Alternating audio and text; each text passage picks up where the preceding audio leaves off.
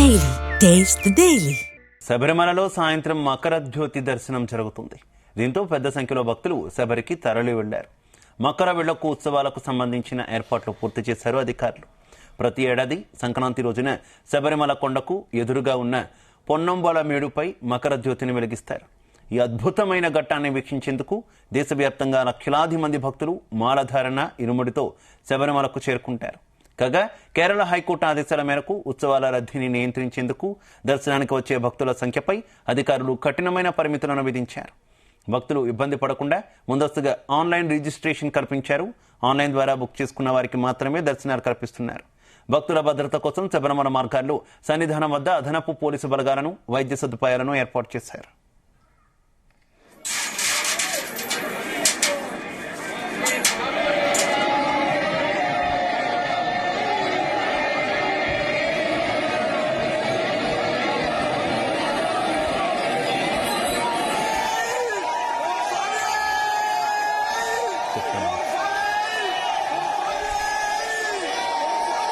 Virtual queue ద్వారా 35,000 మందికి, spot booking ద్వారా 5,000 మందికి అవకాశం కల్పించారు. ఈరోజు వర్చువల్ క్యూ ద్వారా 30,000 మంది భక్తులకు పరిమితం చేశారు. ఇక జనవరి 15 నుంచి 18 వరకు ప్రతిరోజు 50,000 మందికి వర్చువల్ క్యూ ద్వారా, 5,000 మందికి స్పాట్ బుకింగ్ ద్వారా అనుమతి కల్పించారు. ఓవరాల్ గా జ్యోతిని దర్శించుకునేందుకు దాదాపు 2 లక్షల మందికి పైగా అయ్యప్పలు డైరెక్ట్ గా శబరిమలలో ఉన్నట్టు తెలుస్తోంది.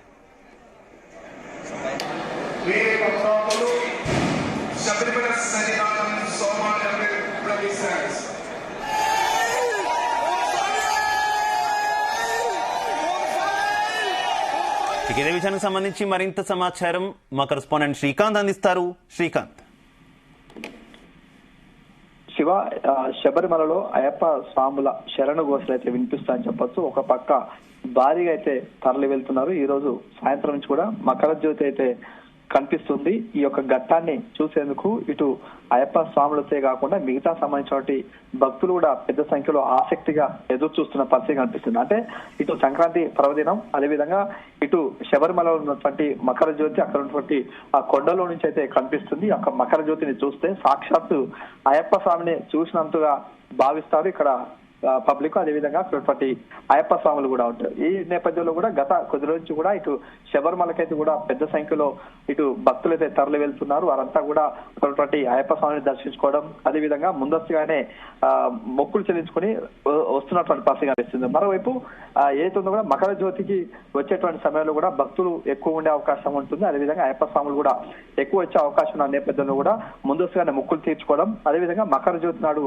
అక్కడికి వచ్చి కూడా స్వయంగా చూసి అయ్యప్ప స్వామిని అయితే మొక్కునే వేడుక అయితే ఉంటుంది. ఈ క్రమంలో ఇటీవల మాత్రం కాస్త ఏతుందో కూడా భక్తుల రద్దీ కారణంగా ఏదైనా ఏతుందో కూడా కొన్ని ఘటనలు జరుగుతున్న నేపథ్యంలో అక్కడ కోర్టు కూడా కొన్ని వారిని అయితే నియంత్రించేందుకైతే ఒక తీర్పు ఇచ్చింది. ఈ నేపథ్యంలో అక్కడ హైకోర్టు ఆదేశాల మేరకైతే ఉత్సవాల రద్దీని అయితే నియంత్రించేందుకైతే కొన్ని అధికారులకైతే కూడా కఠినమైనటువంటి కొన్ని పరిధులు అయితే విధించని చెప్పొచ్చు. ఈ క్రమంలో ఇటు 15వ తారీఖు నుంచి 18వ తారీఖు వరకు మొత్తం 4 రోజుల పాటు కూడా కేవలం 50,000 మందికి మాత్రమే దర్శనం ఇచ్చేందుకైతే వీలు కల్పిస్తున్నారు. అందులో రోజువారీగా చూసుకుని మాత్రం వర్చువల్ గా ఒక క్యూ లైన్ అయితే ఏర్పాటు చేయడం, అందులో ఉన్నటువంటి 35,000 మందికి మాత్రమే అక్కడ దర్శించడం, అదేవిధంగా స్పాట్ కు సంబంధించిన ఒక 5,000 మందికి మాత్రమే అక్కడ అవకాశం కల్పించే అవకాశం అయితే ఉంది. అక్కడ వర్చువల్ గా బుక్ చేసుకున్న వారికి మాత్రమే ఇక్కడ భక్తులకైతే అందులో పరిమితంగా ఇవ్వడం, అదేవిధంగా వారందరూ కూడా కేవలం వారికి సంబంధించినటువంటి బుకింగ్ చేసుకున్న వారికి మాత్రమే ఈ యొక్క మకర జ్యోతి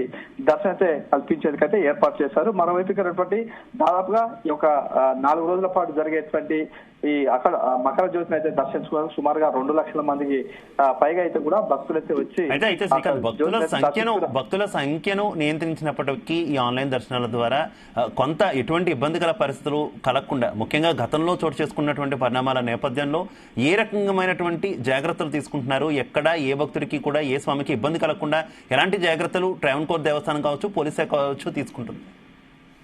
అంటే గతంలో ఉన్నటువంటి మకర జ్యోతి చూసేందుకంటే కొన్ని లక్షల సంఖ్యలో అక్కడికి చేరుకున్న క్రమంలో ఆ కొండల ప్రాంతం, అదేవిధంగా అక్కడటువంటి దేవాలయ ప్రాంగణంలో మాత్రం కాస్త తొక్కిసలాట జరగడం, అదేవిధంగా కొంతమంది అస్వస్థకు గురైనటువంటి పరిస్థితులు మనం చూస్తూ వచ్చాము. ఈ క్రమంలో మాత్రం అక్కడ కాస్త భక్తులను నియంత్రించాలి, అదేవిధంగా అక్కడ అధికారులు అయితే కొన్ని నిబంధనలు అయితే విధించిన పరిస్థితి కనిపిస్తుంది. దాదాపుగా వర్చువల్ గా మాత్రమే కేవలం కొద్ది మందిని మాత్రమే అక్కడికి పంపించే విధంగా, ఎలాంటి అవాంఛనీయ సంఘటన జరగకుండా, ఎవరికి ఎలాంటి ఇబ్బందులు తలెత్తకుండా ముందస్తుగానే ఈ యొక్క ఆన్లైన్ ద్వారా కూడా బుక్ చేసుకుంటే వారిని, అదేవిధంగా రిజిస్ట్రేషన్ చేసుకున్న వారికి మాత్రమే అందులో వీలు కల్పిస్తున్నారు. దీనికి సంబంధించినటువంటి ఇటు పోలీస్ శాఖ అయితే కూడా దీన్ని కట్టుదిట్టమైనటువంటి భద్రత ఏర్పాటు చేయడం, స్వయంగా ఇక్కడ శబరిమలకు సంబంధించినటువంటి ఆలయ ప్రాంగణంతో కాకుండా ఇక్కడ గుట్ట భాగం నుంచి కూడా కేవలం అక్కడ ఏదో ఆన్లైన్ లో సంబంధించిన ఒక రిజిస్ట్రేషన్ చేసుకున్న తర్వాత వారికి సంబంధించిన ఒక గుర్తింపు కార్డు చూపించిన తర్వాతకి వారినైతే లోపలికైతే అలో చేసే పరిస్థితి కనిపిస్తుంది. ఎందుకంటే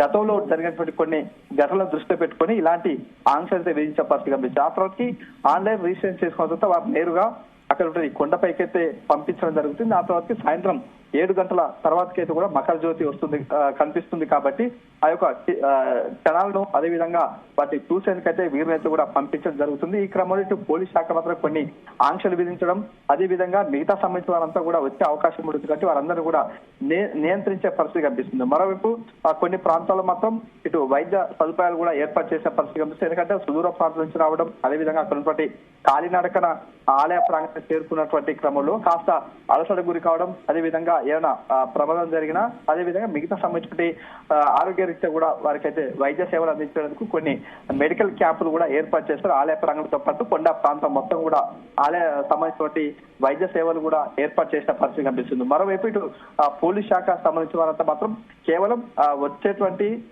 భక్తులు, అదేవిధంగా మాలధారణ ధరించిన వారికి మాత్రమే అనుమతించడం, అదేవిధంగా ఇరుముడికి మాత్రం కాస్త సమయం పట్టే అవకాశం ఉంటుంది. కేవలం మకర జ్యోతి దర్శించుకునే వారికి మాత్రమే అనుమతించే అవకాశం అయితే స్పష్టంగా కనిపిస్తుందని చెప్పొచ్చు. మరోవైపు ఇది సంబంధించిన వెహికల్స్ కూడా వారి సంబంధించిన పార్కింగ్ లోనే అందులోనే కూడా పార్కింగ్ చేయాలి. మిగతా సంబంధించిన వారంతా కూడా కేవలం బస్సు మార్గంగానే రావాలంటూ కూడా కొన్ని ఆంక్షలు విధించే పరిస్థితి కనిపిస్తుంది. ప్రస్తుతానికి మాత్రం గతంలో కంటే మాత్రం ఈసారి మాత్రం శబరిమలకు సంబంధించిన అయ్యప్ప స్వాములపై కూడా కాస్త నిబంధనలు అయితే కఠినంగా ఉన్నాయని చెప్పొచ్చు. ఈ క్రమంలో దాదాపుగా 4 రోజుల పాటు జరిగేటువంటి మకర జ్యోతికి సంబంధించిన వీరంతా కూడా కేవలం ఒక 2 లక్షల మందికి పైగానే భక్తులు అయితే వచ్చే అవకాశం ఉంది, వారికి దర్శనం కల్పించే అవకాశం ఉంది స్పష్టంగా కనిపిస్తుందని చెప్పొచ్చు. Shiva, right, okay, thank you.